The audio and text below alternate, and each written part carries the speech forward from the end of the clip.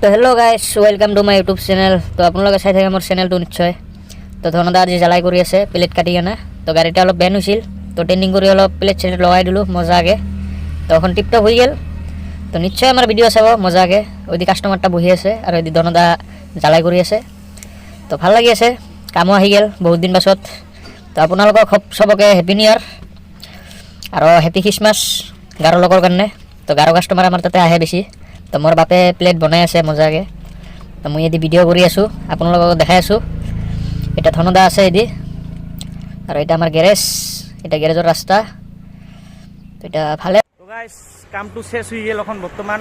তো মোৰ পাৰ্টনাৰ এটা আহিছে ইয়াতে, যদি ধনদা কাম কৰি আছে আগত চাব পাৰে। তো নিশ্চয় ভিডিঅ'টো ভাল লাগিলে মাৰি দিব কমেণ্ট আৰু যি মাৰে আৰু।